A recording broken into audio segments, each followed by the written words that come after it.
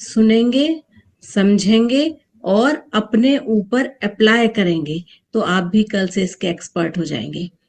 अब आज का जो टॉपिक था, जो आप लोगों ने फ्लायर में देखा होगा कि सबसे ज्यादा हमारा ये गट रीसेट वीक चल रहा है। तो गट रीसेट में सबसे इम्पोर्टेंट क्या होता है? What is most important aspect of the gut reset phase? तो गट रीसेट फेज का सबसे इंपॉर्टेंट एस्पेक्ट क्या है? To maintain the gut health, कि हम अपने गट की हेल्थ को मेंटेन करें। अब ये जो गट की हेल्थ होती है, किसी भी चीज की हेल्थ होती है, उसी तरीके से हमारी गट की भी हेल्थ। तो जैसे हमारी हेल्थ है, उसी तरीके से अगर गट को हिंदी में बोले तो ये होता है हमारा पूरा सिस्टम। खाना खाने से लेकर के बाहर तक का सिस्टम जो होता है उसे गट कहते हैं। शुरू से लेकर के आखिर तक जो आता है उसके बहुत सारे पार्ट होते हैं, उसको गट कहते हैं। उसकी हेल्थ को, उसके स्वास्थ्य को मेंटेन करना सबसे इम्पोर्टेंट एस्पेक्ट होता है। अब ये कैसे मेंटेन किया जा सकता है? ये मेंटेन किया जा सकता है कि हमारी जो गट होती है, जो हमारी आंतें होती हैं, उसका एक एनवायरनमेंट होता है, उसका एक वातावरण होता है, जिसे कि अगर हम साइंटिफिक भाषा में कहें उसे कहते हैं गट माइक्रोबायोम या गट का माइक्रोबायोटा। या सिंपल वर्ड्स में रहें, गट में रहने वाले वो जीव जंतु, वो बैक्टीरिया, उनको बैलेंस करके रखना, जिसमें कि अच्छे बैक्टीरिया होते हैं और खराब बैक्टीरिया होते हैं। तो हमारा काम क्या है गट की हेल्थ को बनाने के लिए? कि हम अच्छे बैक्टीरिया को खाना दें और खराब बैक्टीरिया को एलिमिनेट करें, वहां से हटाएं। ये जो गट माइक्रोबायोटा होता है, या जो गट की हेल्थ का जो सिस्टम होता है, उसमें जो हमारी गट माइक्रोबायोटा होती है उसमें 80% अच्छे बैक्टीरिया होने चाहिए और 20% खराब वाले रहते ही रहते हैं। सब जगह एकदम अच्छा कुछ भी नहीं होता है। तो उसको रहने के लिए, करने के लिए क्या करना है कि हमें जो अच्छे बैक्टीरिया हैं, जो हमारे आंतों को अच्छा रख रहे हैं, उनको भोजन देके दूसरों को निकाल देना है। अब उसको भोजन अच्छा वाला कौन सा देंगे, शॉर्ट में बताते हैं यहाँ पे, बाद में उसकी पूरी बात होगी। कि हम अच्छे होल ग्रेन्स खाएं और प्लांट बेस्ड खाना खाएं, जिसमें ज्यादा सब्जियां और वैसी चीज हो, नट्स हो, सीड्स हो। और दूसरा क्या कर सकते हैं इसको अच्छा रखने के लिए? अपने स्ट्रेस लेवल को कम करें बाय एक्सरसाइज और अपनी मेंटल हेल्थ को अच्छा रख करके। लेकिन आज जो बात हम करने वाले हैं वो केवल पहले पे करने वाले हैं कि हम अच्छा खाना खाएं, जो कि हमारे अच्छे बैक्टीरिया को फ्लरिश करे, बेनिफिशियल बैक्टीरिया को फ्लरिश करे और खराब बैक्टीरिया को हटाए। दूसरा वाला पार्ट जो स्ट्रेस लेवल का है वो नेक्स्ट उसमें आएगा। अब जो अच्छा बैक्टीरिया को क्या खाना है? अच्छे बैक्टीरिया का खाना है, जो आप सब लोगों ने सुना हुआ है, वो है फाइबर। क्या है उसका अच्छे बैक्टीरिया खाना? उसे कहते हैं फाइबर। ये अच्छे बैक्टीरिया के गट माइक्रोबायोम सिस्टम को अच्छा बनाने के लिए चाहिए होता है। और वो फाइबर जब उसे मिलता है तो बेनिफिशियल बैक्टीरिया जो होते हैं उससे मेटाबोलाइज करके उससे एक चीज बना करके देते हैं, जिसको कहते हैं शॉर्ट चेन फैटी एसिड्स।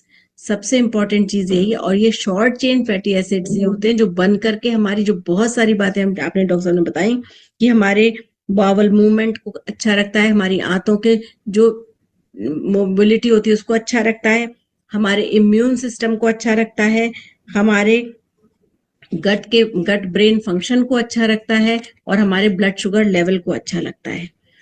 अब कई बार ये होता है, जो फाइबर का नाम आते ही हम लोग कहते हैं कि तो फाइबर तो हम जानते हैं कि हाँ भाई रेशेदार चीजें खानी चाहिए और फाइबर हमारे लिए बहुत जरूरी है। और ये सबसे ज्यादा फाइबर को हम कहते हैं क्या? कि हमारा जो गट की मोबिलिटी है या जो हमारे सुबह के जो नित्य कर्म है उसमें हमको कोई दिक्कत ना हो। फाइबर का मतलब होता है कि हमने कॉन्स्टिपेशन को दूर करने के लिए फाइबर को खा लिया, बस इतना समझते हैं।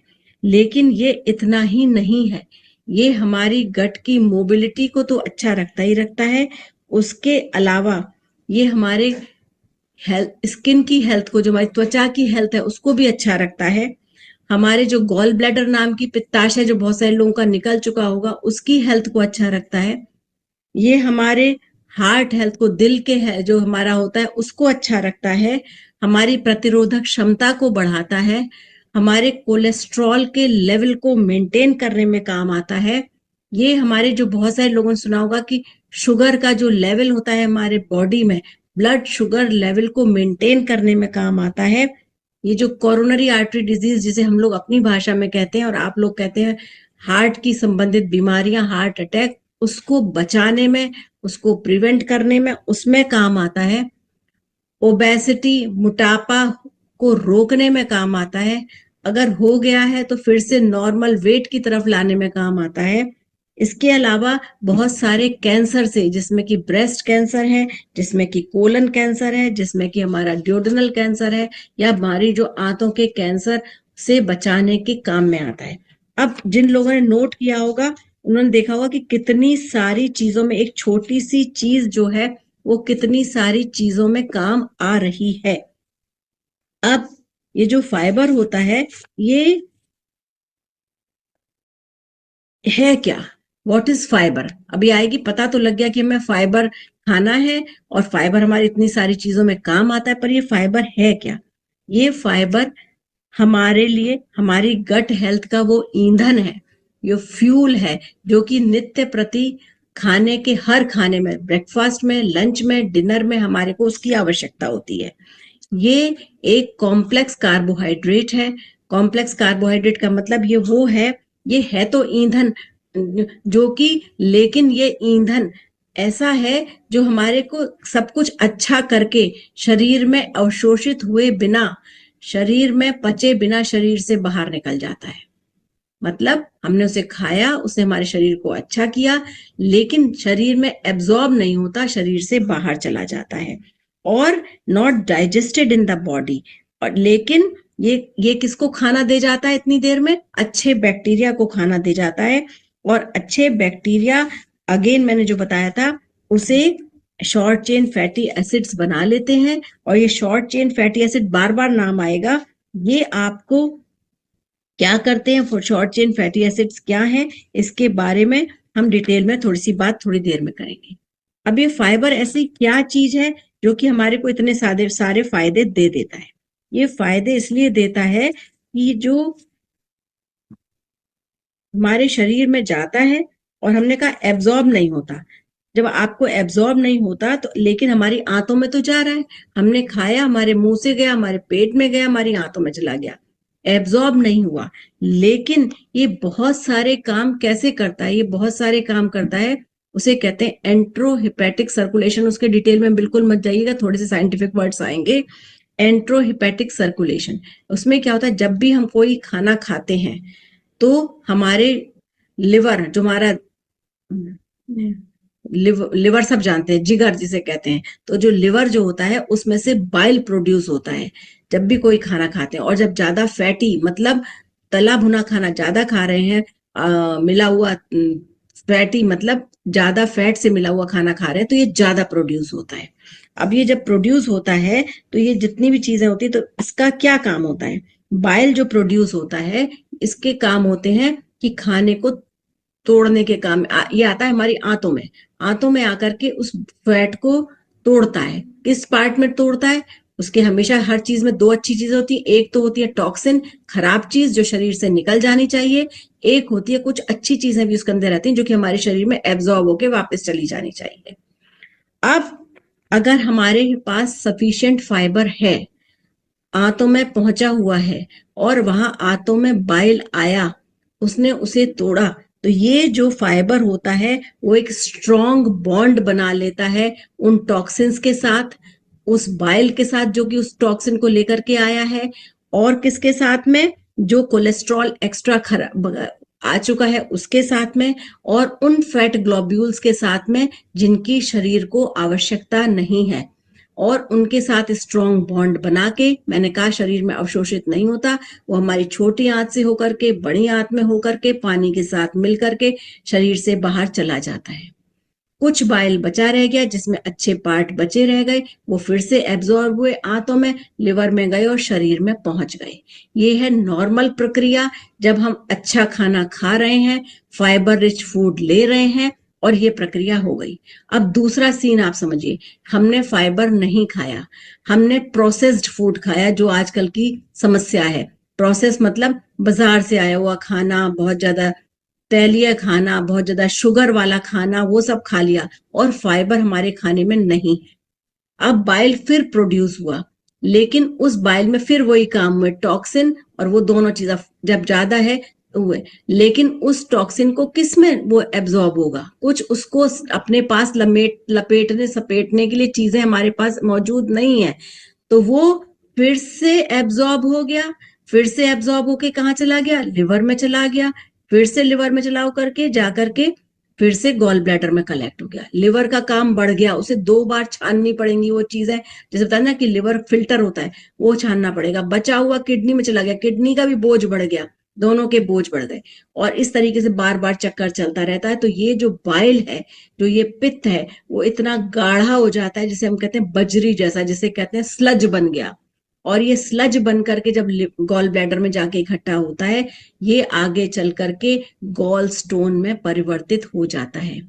तो एक सिंपल सी चीज कि हमने फाइबर नहीं खाया, वो गॉल स्टोन को बनाने में, और जब ये हमारी टॉक्सिन जो खराब चीजें हैं हमारे शरीर में बार बार घूम रही हैं, हमारी आंतों में घूम रही हैं, तो वहां पे उस पे जलन पैदा कहता है, जिसे इंग्लिश हमारी भाषा में कहते हैं इन्फ्लेमेशन कहता है, और उससे तरह तरह की आंतों की बीमारियां होती हैं।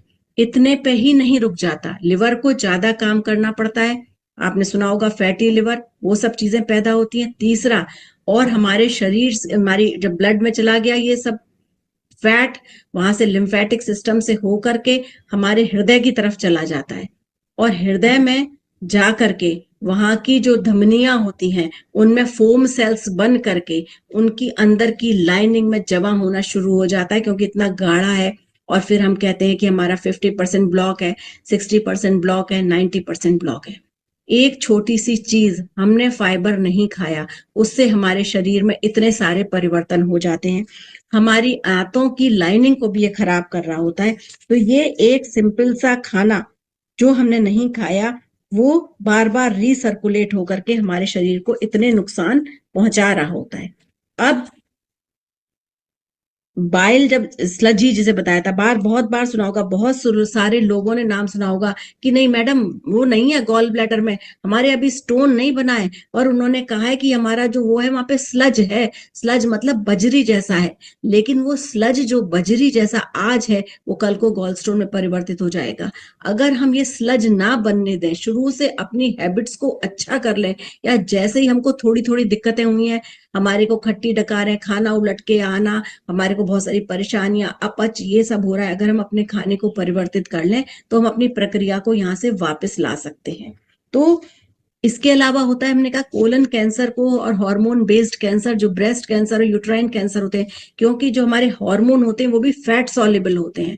जब हमारे खराब पार्ट शरीर से निकल ही नहीं रहा, वो फैट बार बार सर्कुलेट हो रहा है, तो उसमें हार्मोन्स भी जाकर के हमारे बॉडी में बहुत ज्यादा एक्सेस अमाउंट में जो ईस्ट्रोजन होता है वो डिपॉजिट होने लगता है जाकर के शरीर में।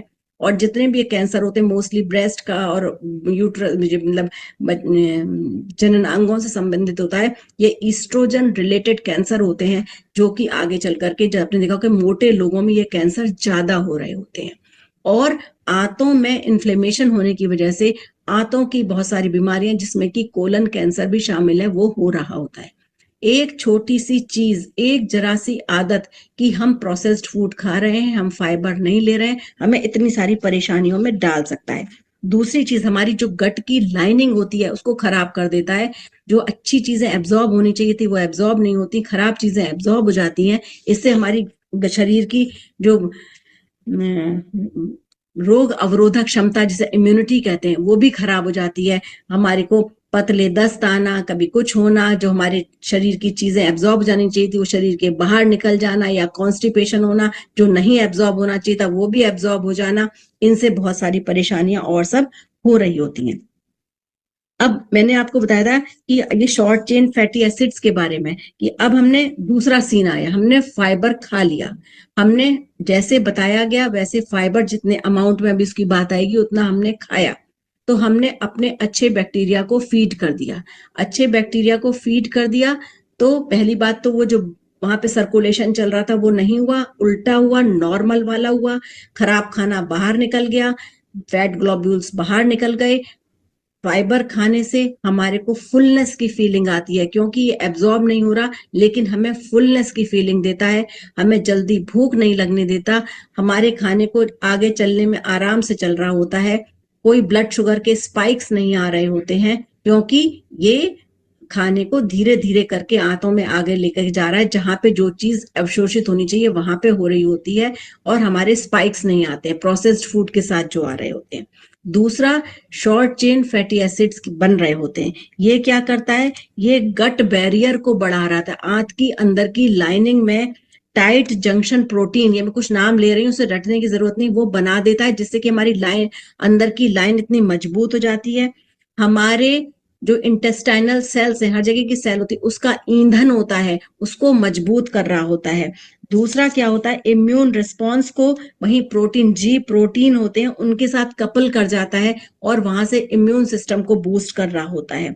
इसके अलावा यहाँ से आंतों से भी हार्मोन रिलीज हो रहे होते हैं, जो कि हमारे ब्रेन तक जा रहे होते हैं। जब हमारी आंतें अच्छी होती हैं तब ये रिलीज होते हैं, इसीलिए गट और ब्रेन एक्सेस होती है, जो कि हेल्दी गट ब्रेन एक्सेस को बना रहा होता है और मेटाबॉलिज्म को नॉर्मल रखता है। हमारे लिवर को कैसे ग्लूकोज को ब्रेक वो करके शुगर को ब्रेक डाउन करना है, ग्लूकोज में बनाना है, कितना जमा करना है, कितना निकालना है, और कैसे हमारे बॉडी के उसको शुगर लेवल को मेंटेन करना है, उसके सारे काम को ये कर रहा होता है। ये होता है हमारा फाइबर का काम। अब ये जो फाइबर होता है, ये हमारे दो तरीके के होते हैं फाइबर, सॉल्युबल फाइबर जो घुलनशील और दूसरे इनसॉल्युबल फाइबर होते हैं। सबको पता होगा, हम जो सब्जी के छिलके फेंक देते हैं उसमें इनसॉल्युबल फाइबर होते हैं, जो डंठल मोटे मोटे, कई बार हम नहीं खा सकते, कई बार नहीं भी होते, लेकिन हम उसे किस तरीके से खा लें, हम आटे को छान देते हैं, उसके चोकर में इनसॉल्युबल फाइबर होते हैं। ये सब हमारे लिए जरूरी है, और ये जो इनसॉल्युबल फाइबर है ये पानी को अट्रैक्ट करता है, लार्ज इंटेस्टाइन में जाके उसको स्मूथली बाहर निकालने में काम आता है, और हमारी आंतों की हेल्थ को ये भी मेंटेन करता है। लेकिन सबसे इंपॉर्टेंट होता है इनसॉल्युबल फाइबर।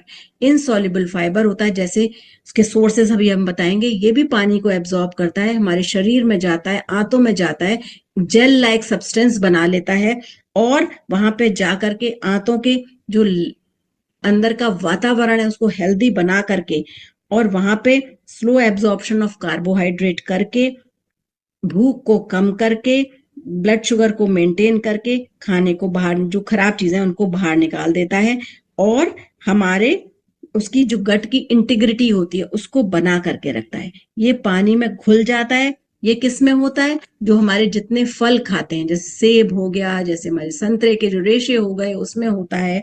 ये हमारे फ्रूट्स एंड वेजीज में, जैसे फ्रूट कहते हैं फल, वेजीज मतलब सब्जियां, और हमारे अनाज, दो मुंह वाली दालें, और जो हमारे नट्स, जैसे जिसमें बादाम सबसे इंपॉर्टेंट है, और कुछ सीड्स जैसे कि आजकल चिया सीड का नाम और फ्लैक्स सीड का नाम सबने सुना हुआ होगा, उसमें ये मिलता है।